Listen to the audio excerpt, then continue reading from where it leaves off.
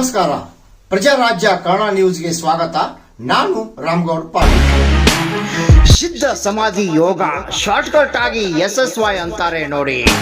ದೇಹ, ಉಸಿರು, ಮನಸ್ಸು ಹಾಗೂ ಆತ್ಮವನ್ನ ಬೆಸೆಯುವ ಆಧ್ಯಾತ್ಮಿಕ ಹಾಗೂ ಸಮಗ್ರ ಯೋಗ ಶಿಬಿರ ಅಂದ್ರೆ SSY. ಮನಸ್ಸಿನ ಶಾಂತಿ ಹಾಗೂ ಏಕಾಗ್ರತೆಗಾಗಿ ಇಂಥ ವಿಶೇಷ ತರಬೇತಿಯನ್ನು ಗುರುಜಿ ಶ್ರೀ ಋಷಿ ಪ್ರಭಾಕರ್ ಅವರು ಸ್ಥಾಪಿಸಿದ್ರು. ಇಂಥ ಶಿಬಿರ ವ್ಯಕ್ತಿತ್ವ ವಿಕಾಸ, ಆಂತರಿಕ ಶಕ್ತಿ ಮತ್ತು ಜೀವನದಲ್ಲಿ ಸಂತೋಷವನ್ನು ಹೆಚ್ಚಿಸಲು ಮಾರ್ಗದರ್ಶನ ಇಲ್ಲಿ ಮಾಡಲಾಗುತ್ತದೆ. ಶಿಬಿರದಲ್ಲಿ ಪಾಲ್ಗೊಂಡ ಪ್ರತಿಯೊಬ್ಬ ಶಿಬಿರಾರ್ಥಿಯಲ್ಲಿ ಆರೋಗ್ಯ ಸುಧಾರಣೆ, ದೀರ್ಘಕಾಲದ ಕಾಯಿಲೆಗಳನ್ನು ನಿವಾರಿಸಲು ಮತ್ತು ಒತ್ತಡ ಕಡಿಮೆ ಮಾಡಲು ಇದು ಸಹಕಾರಿಯಾಗಿದೆ. ಸಮಾಧಿ ಯೋಗದಿಂದ ಸಂತೋಷದ ಜೀವನಕ್ಕೆ ಸಹಕಾರಿ. ದೇಹಕ್ಕಾಗಿ ವ್ಯಾಯಾಮ, ಮನಸ್ಸಿಗಾಗಿ ಪ್ರಾಣಾಯಾಮ, ಆರೋಗ್ಯಕ್ಕಾಗಿ ಜೀವನಕ್ಕೆ ದೇಹ, ಶಾಂತಿ ಮನಸ್ಸು. ತಾಜಾ ಹಾಗೂ ಪೌಷ್ಟಿಕಾಂಶ ಭರಿತ ಸಾತ್ವಿಕ ಆಹಾರ ಪದ್ಧತಿ, ಮಸ್ತ್ ಭರ್ಜರಿ ಊಟ, ಬ್ರಹ್ಮೋಪದೇಶ ಕಾರ್ಯಕ್ರಮ, ಆರೋಗ್ಯಕರ ಜೀವನ ಶೈಲಿಗೆ ತಕ್ಕ ಸಾತ್ವಿಕ ಆಹಾರ ಕ್ರಮ ಪದ್ಧತಿ, ತಳಮಳವಿಲ್ಲದ ಮನಸ್ಸು, ದೇಹಕ್ಕೆ ಪ್ರತಿರೋಧಕ ಶಕ್ತಿ ವೃದ್ಧಿಸುವ ಇಂಥ ಶಿಬಿರ ಅದ್ಭುತ ಕಣ್ರಿ. ಇಂದು ಬ್ರಹ್ಮೋಪದೇಶ ಕಾರ್ಯಕ್ರಮ ಗುರುಜಿ ಶ್ರೀ ಋಷಿ ಪ್ರಭಾಕರ್ ಅವರು ಸ್ಥಾಪಿಸಿದ ಸಿದ್ಧ ಸಮಾಧಿ ಯೋಗ ಜ್ಞಾನದ ಮಾರ್ಗವಾಗಿದ್ದು, ಇದು ವ್ಯಕ್ತಿಯ ದೈಹಿಕ ಮತ್ತು ಮಾನಸಿಕ ಸಾಮರ್ಥ್ಯವನ್ನು ಹೆಚ್ಚಿಸಲು ಸಹಾಯ ಮಾಡುತ್ತದೆ. ಧ್ಯಾನ ಮತ್ತು ಪ್ರಾಣಾಯಾಮ, ಮನಸ್ಸಿನ ಶಾಂತಿ ಹಾಗೂ ಏಕಾಗ್ರತೆಗಾಗಿ ವಿಶೇಷ ತಾಲೀಮು, ಆರೋಗ್ಯಕರ ಜೀವನ ಶೈಲಿಗೆ ತಕ್ಕ ಸಾತ್ವಿಕ ಆಹಾರ ಕ್ರಮ ಪದ್ಧತಿ. ವಿಶೇಷತೆ ಏನೆಂದರೆ ಪಂಚಕೋಶ ಶುದ್ಧಿ, ದೇಹ ಹಾಗೂ ಮನಸ್ಸನ್ನು ಒಳಗಿನಿಂದ ಸದೃಢಗೊಳಿಸಿ ಪ್ರಾಚೀನ ವಿಜ್ಞಾನ ಇದರಲ್ಲಿದೆ. ರಕ್ತದೊತ್ತಡ, ಮಧುಮೇಹದಂತದ ದೀರ್ಘಕಾಲದ ಕಾಯಿಲೆಗಳಿಗೆ ಉಪಶಮನ, ಒತ್ತಡ, ಭಯ ಮತ್ತು ಆತಂಕದ ಮುಕ್ತಿ, ಜ್ಞಾಪಕ ಶಕ್ತಿ ಜೊತೆ ರೋಗ ನಿರೋಧಕ ಶಕ್ತಿ ವೃದ್ಧಿಯಾಗುತ್ತದೆ. ದೇಹಕ್ಕಾಗಿ ವ್ಯಾಯಾಮ, ಮನಸ್ಸಿಗಾಗಿ ಪ್ರಾಣಾಯಾಮ, ಆರೋಗ್ಯಕರ ದೇಹ, ಶಾಂತ ಮನಸ್ಸು ಹಾಗೂ ಸಂತೋಷದ ಜೀವನಕ್ಕಾಗಿ ಸಿದ್ಧ ಸಮಾಧಿ ಯೋಗ ಸಹಕಾರಿ. ಮನುಷ್ಯ ಒಳಗಿನಿಂದ ಬಲಿಷ್ಠನಾದಾಗ ಮಾತ್ರ ಸಮಾಜಕ್ಕೆ ಒಳ್ಳೆಯದನ್ನು ಮಾಡಬಹುದು. ಹಣದ ಉಳಿತಾಯ, ಸಾತ್ವಿಕ ಆಹಾರ ಸೇವನೆ, ವ್ಯವಹಾರದಲ್ಲಿ ಉತ್ತಮ ತಿಳುವಳಿಕೆ, ಚುರುಕುತನ ಹಾಗೂ ಕುಶಲತೆ ಸಮಾಧಿ ಯೋಗದಿಂದ ಇಲ್ಲಿ ಲಭ್ಯವಾಗುತ್ತದೆ. ಮಕ್ಕಳ ಹಾಗೆ ಆಟ, ಶಿಬಿರಾರ್ಥಿಗಳಿಗೆ ತಾಜಾ ಹಾಗೂ ಪೌಷ್ಟಿಕಾಂಶ ಭರಿತ ಸಾತ್ವಿಕ ಆಹಾರ, ತಾಜಾ ತರಕಾರಿಗಳು, ಹಣ್ಣುಗಳು, ಧಾನ್ಯಗಳು, ಮೊಳಕೆ ಬೇಳೆಕಾಳುಗಳು ತಿಂದು ಮಸ್ತ್ ಊಟ ಕಣ್ರಿ. ನೆನೆಸಿದ ಬೀಜಗಳಿಂದ ಹಾಗೂ ಹಣ್ಣುಗಳಿಂದ ತಯಾರಿಸಿದ ಜ್ಯೂಸ್ ಕುಡಿದ್ರೆ ಒನ್ಸ್ ಮೋರ್ ಅಂತಿದ್ರು. ತಳಮಳವಿಲ್ಲದ ಮನಸ್ಸು ಮತ್ತು ಉತ್ತಮ ಆರೋಗ್ಯಕ್ಕಾಗಿ ಈರುಳ್ಳಿ, ಬೆಳ್ಳುಳ್ಳಿ ರಹಿತವಾದ ದೇಹಕ್ಕೆ ಪ್ರತಿರೋಧಕ ಶಕ್ತಿ ವೃದ್ಧಿಸುವ ಸಾತ್ವಿಕ ಆಹಾರ ಕ್ರಮ ಇಂತಹ ಶಿಬಿರದಲ್ಲಿ ಮಾತ್ರ ಸಾಧ್ಯ. ಸಾತ್ವಿಕ ಆಹಾರ ತಿನ್ನುವುದರಿಂದ ಶುದ್ಧ ಶಕ್ತಿ, ಸ್ವಚ್ಛ ಮತ್ತು ಬಲಿಷ್ಠ ಆಗೋದಂತೂ ನಿಜ. ಇಂತಹ ಶಿಬಿರಗಳಲ್ಲಿ ದೇಹದಿಂದ ವಿಷಕಾರಿ ಅಂಶ ಹೊರಹಾಕುವ ಶಕ್ತಿ ನೀಡುವಂತಹ ಜೀವನ ಕ್ರಮವಾಗಿದೆ. ಇದು ದೇಹದಲ್ಲಿ ಪ್ರತಿರೋಧಕ ಶಕ್ತಿ ವೃದ್ಧಿಸುತ್ತದೆ. ಬಾಯಲ್ಲಿ ನೀರಿಳಿಸುವ ಸಾತ್ವಿಕ ಆಹಾರ, ಮನಸ್ಸಿಗೆ ಮತ್ತು ದೇಹಕ್ಕೆ ಹಿತ ನೀಡುವ ತಾಜಾ ಹಣ್ಣುಗಳು, ಜೀರಿಗೆ, ಮಜ್ಜಿಗೆ ಮತ್ತು ಹೆಸರು ಬ್ಯಾಳಿಯ ಪಾಯಸ ಇವು ನೈಸರ್ಗಿಕ ರುಚಿ ಶುಚಿ ಆರೋಗ್ಯವನ್ನ ನೀಡುತ್ತದೆ. ಶಿಬಿರಾರ್ಥಿಗಳು ಬಾಳೆ ಎಲೆ ಮೇಲೆ ರುಚಿಕರವಾದ ಬಗೆಯ ಪಲ್ಯ ಆಹಾರ ಒಂದು ಕೈ ನೋಡೇ ಬಿಟ್ರು ನೋಡಿ. ಇದೇ ವೇಳೆ ಗುರುಜಿ ನಾನಾಗೌಡರು ಮಾತನಾಡಿ ಅದರಂತೆ ಪ್ರಭಾವತಿ ಪಾಟೀಲ್ ಅವರು ಏನ್ ಮಾಡಿದ್ದಾರೊಮ್ಮೆ ಕೇಳಿ. ಸಿದ್ಧ ಸಮಾಧಿ ಯೋಗ ಒಂದು ಶಿಬಿರಾರ್ಥಿಯಾಗಿ ತಾವು ಪಾಲ್ಗೊಂಡಿದ್ದೀರಿ, ತಮಗೆ ಏನು ಅನಿಸುತ್ತೆ? ಭಾಳ ಖುಷಿ ಆಗ್ತೈತಿ.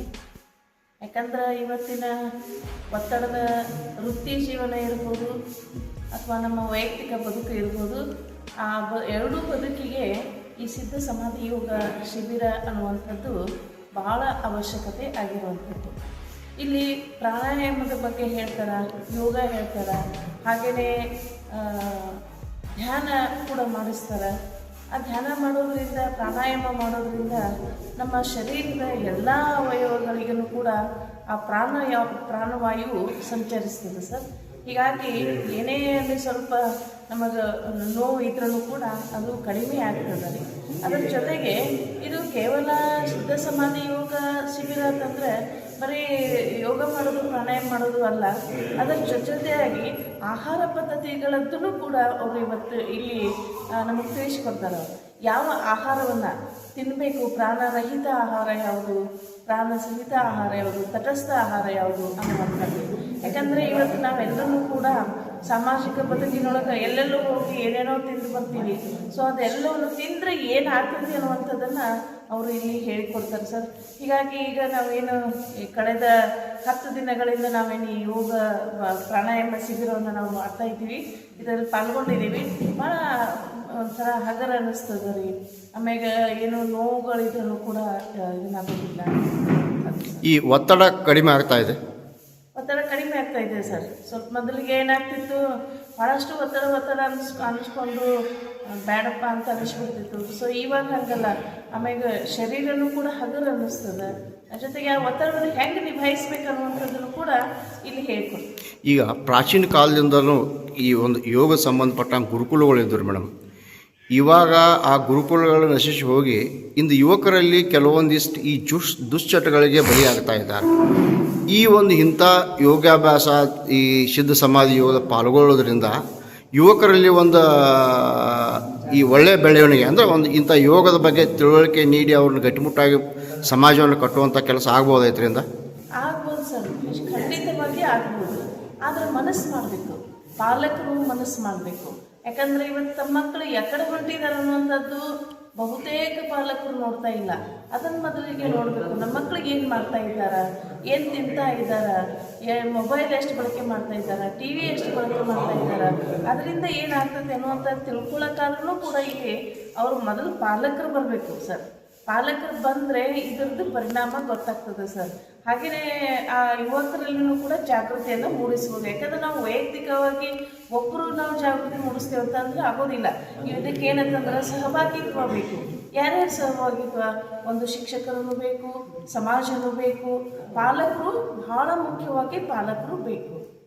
ಈಗ ಒಂದು ಕಡೆ ನೀವು ಸಿದ್ಧ ಸಮಾಧಿ ಯೋಗದ ಒಬ್ಬ ಶಿಬಿರಾರ್ಥಿ, ಅದರ ಜೊತೆ ಕ್ಷೇತ್ರ ಶಿಕ್ಷಣಾಧಿಕಾರಿಗಳು ಕೂಡ ಇದ್ದಾರೆ.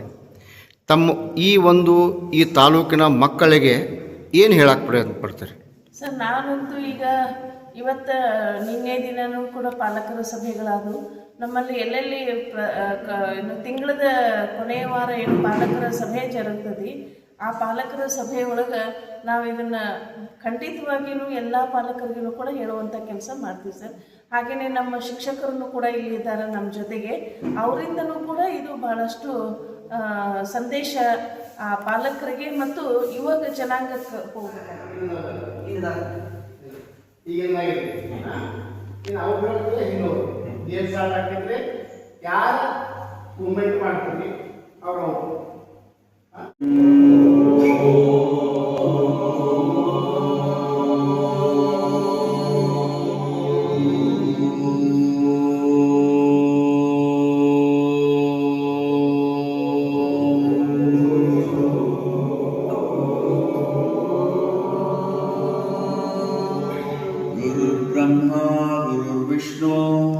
ब्रह्मा गुरुर्विष्णु गुरुर्देवो महेश्वरः गुरुर्साक्षात् परब्रह्मा तस्मै श्री गुरवे नमः अखण्डमण्डलाकारम् व्याप्तं येन चराचरं तत्पदं दर्शितं येन तस्मै श्री गुरवे नमः। ओम श्री विश्वेश्वराय नमः। ओम श्री विश्वेश्वराय नमः। हरि ಸುಮ್ಮನೆ ಅಂದರೆ ಹೇಗೆ ಮಾಡೋದು? ಕಣ್ಣು ಮುಚ್ಕೊಂಡು ನಾನು ಯಾರೂ ಅಲ್ಲ ಅಂತೇಳಿ ಮೊದಲು ತಿಳ್ಕೋಬೇಕು. ಏನು, ನಿಮ್ಮ ಯಾವ ಪಾತ್ರಗಳನ್ನೆಲ್ಲ ಅಲ್ಲಿ ಬಿಟ್ಟು ಇಲ್ಲಿ ಬರಬೇಕು. ಇಲ್ಲಿ ಯಾವುದನ್ನೂ ತಲೆಗಿಟ್ಕೋಬಾರ್ದು. ನಾನು ಇಂಥವ್ರು ಮಕ್ಕಳಾಗಿ ಬರಬೇಕು ಅಂತೇಳಿ ಅದಕ್ಕೆ ಹೇಳಿದ್ದೇನೆ ನನಗೆ. ಮಕ್ಕಳಲ್ಲೇ ಏನಾರ ಇರ್ತೈತೆ ಅಂದರೆ ನಾನು ಇಂಥವ ಅಂತೇಳಿ ಅಂದ ಎಲ್ಲರ ಜೊತೆ ಹೊಂದ್ಕೊಂಡು ಮಾಡ್ತಾರೆ. ಅದಕ್ಕೆ ಭಜನೆ ಸುಮ್ಮನೆ ಮಾಡೋದು. ಸುಮ್ಮನೆ ಮಾಡಿದರೆ ನಿಮ್ಮ ಆಸೆಗಳು ಎಲ್ಲನೂ ಈಡೇರ್ಬೋದು. ಮನಃಶಾಂತಿ ಬರ್ಬೋದು, ಏಕಾಗ್ರತೆ ಬರ್ಬೋದು, ಪ್ರಾಣಾಯಾಮ ಆಗ್ಬೋದು, ಇವೆಲ್ಲನೂ ಆಗ್ಬೋದು. ಅಪೇಕ್ಷಭರಿತವಾಗಿ ಮಾಡಬೇಕೇನು? ಹಾಂ, ನಿರಾಪೇಕ್ಷದಿಂದ ಯಾವುದನ್ನು ಇಟ್ಕೊಳ್ಳೋದು ಸುಮ್ಮನೆ ಭಜನೆ ಮಾಡೋದು. ಇನ್ನು ಭಜನೆ ಯಾಕೆ ಮಾಡಬೇಕು ಅನ್ನೋದು ಗೊತ್ತಾಯ್ತು. ಭಜನೆ ಹೇಗೆ ಮಾಡಬೇಕು?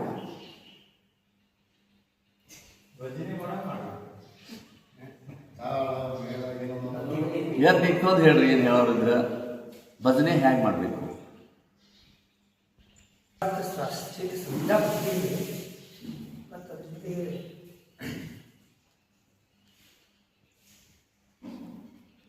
ಶಬ್ದ ಭಕ್ತಿಯಿಂದ ಆಯಿತು. ನಮ್ಮನ್ನು ನಾವು ಮರ್ತಿರ್ಬೇಕು, ತನ್ಮಯತೆ ಮತ್ತು ತಲ್ಲೀನತೆಯಲ್ಲಿ ನಾವು ನಮ್ಮನ್ನು ನಾವು ಮರ್ತಿರ್ಬೇಕು. ಮಗನಾಗಿ ಭಜನೆ ಮಾಡಬೇಕು.